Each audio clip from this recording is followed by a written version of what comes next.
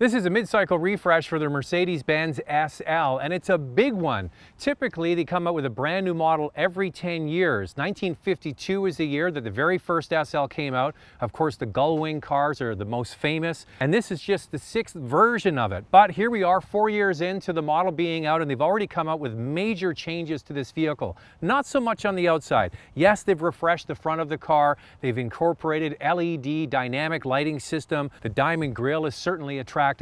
The one area of this car I wish they would change are the quite sort of soft looking rear lights. I wish they were a little square, a little bit more masculine. One thing you can't take away from the SL is the fantastic roof and trunk system. With one button, the whole back of the car opens up and swallows up the hard top roof, making this a car that you can drive in many different kinds of weather. In the back, the trunk is amazingly big.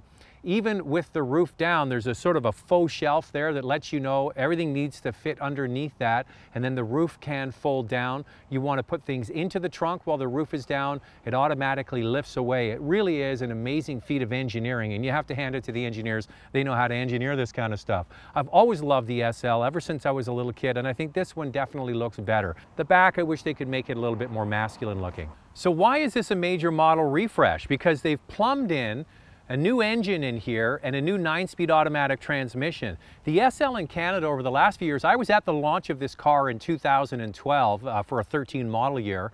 In Canada, we never had the base 6-cylinder car. Now they've brought it out. And I think it's because of the Jaguar being selling very well. And I think that's the direct competitor to this car.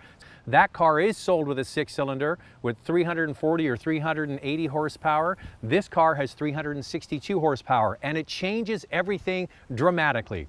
We'll show you the inside, then we'll take it for a drive, and the driving is good news. So even though this car has only been out for 4 years for this refresh, it does show how quickly interiors are changing, and it all focuses around electronics. Yes, this has the command system with the screen in the center of the dash, but the screen is starting to look a little bit small in comparison to some other manufacturers. And I'm finding with this setup, with the old rotary dial versus the new system that they have in their latest cars, that this one is a little bit trickier.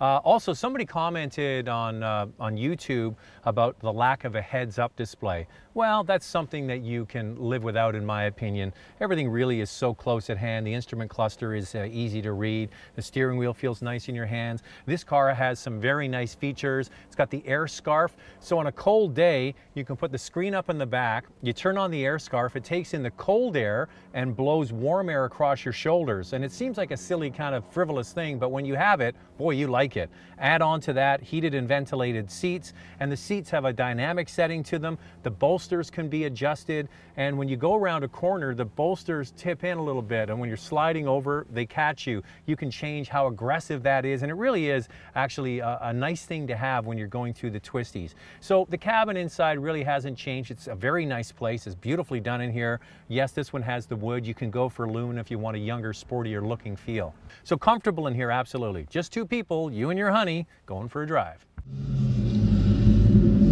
All right, let's get through a few of the things that changed with this car in 2013. Almost all aluminum structure now, 140 kilos lighter. And I'm just thinking, I do remember when we went to the launch of that car that it was only SL450 that was available in Canada. This 6-cylinder was not available, and this new power plant has the bi-turbo 6-cylinder with 362 horsepower, and now a 9-speed automatic transmission. The AMG cars still get the 7-speed transmission, and they're very big and powerful V8 turbocharged engines.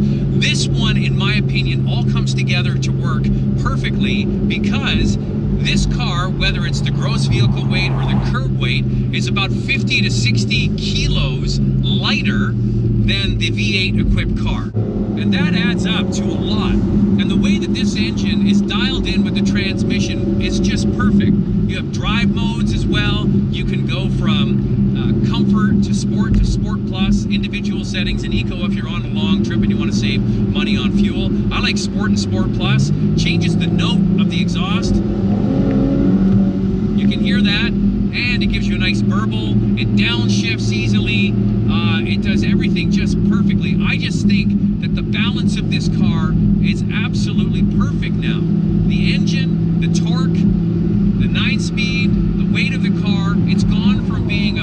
very, very luxurious touring car now to a sporty car. This car really is a lot of fun to drive, and I'm absolutely amazed with the transformation. So if you're in the market for one of these cars, I urge you to try this one. Don't just go to the VA cars, because I think that this one is the one if you're more of a driver. If you like a touring car, just like the big horsepower, Mercedes will sell you that as well. So this new 450 in Canada is roughly $105,000. If you compare it to a 380 horsepower Jaguar F-Type S, that car is $94,000, also with an automatic transmission. The one thing about that car, you can get it with all-wheel drive, where this is just a rear-wheel drive car. So Mercedes-Benz is charging a premium. It does have the lineage, it does have the history, it does have a certain curb appeal that lets people know that you're driving something quite expensive. I think this is the car to get in the lineup, unless you're going for the crazy horsepower AMG cars. If you just want a really nice car to drive, this one does everything absolutely perfectly. The all-aluminum structure, the lighter engine, the turbocharged six-cylinder, the sounds, the different driving modes, it all comes together to be a very rewarding car, and it feels much sportier than it ever has. The bigger cars are heavier. This one really is the sportiest of the bunch. Thanks for watching, and it really does help if you can subscribe.